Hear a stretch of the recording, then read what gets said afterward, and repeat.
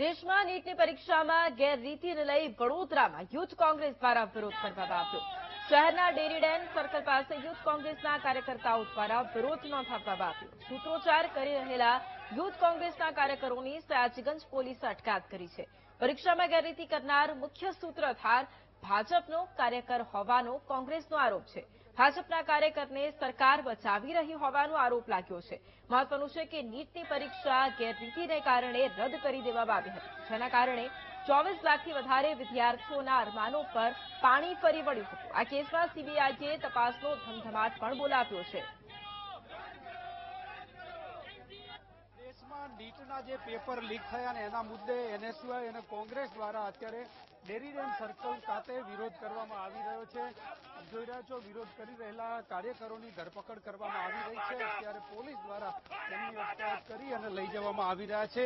જે રીતે દેશમાં નીટનું પેપર લીક થયું અને એને લઈને અત્યારે વિરોધ કરવામાં આવી રહ્યો છે। કાર્યકર્તાઓ છે વિરોધ નોંધાવી રહ્યા છે।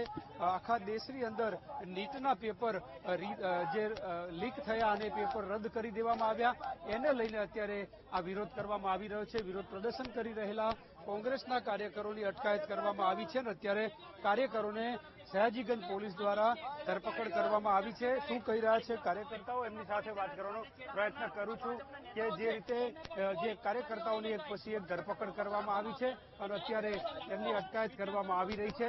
શું કહી રહ્યા છે નિખિલ?